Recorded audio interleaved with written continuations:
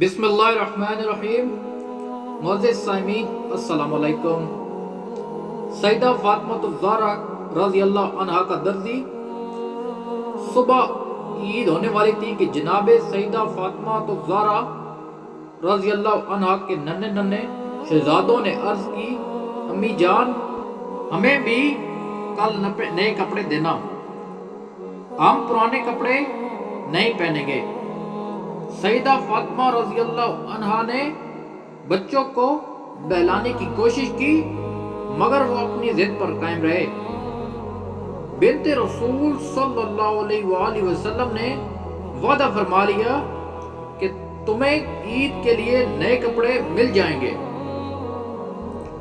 پوری رات عبادت میں گزارنے والی سیدہ فاطمہ الزہرا رضی اللہ عنہا نے تہجد کے نوافل کے بعد برگاہ خداوندی میں ہاتھ اٹھا دیے اور عرض کیا، الہی فاطمہ رضی اللہ عنہا نے تیری کنیزہ ہے، اس کے وعدے کو پورا فرما دینا۔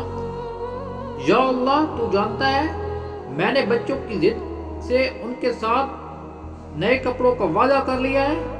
یا اللہ تو جانتا ہے تیری کنیزہ نے نہ کبھی اب اپنے لیے سوال کیا ہے اور نہ ہی جھوٹ بولا ہے اور نہ ہی کبھی غلط وعدہ کیا ہے۔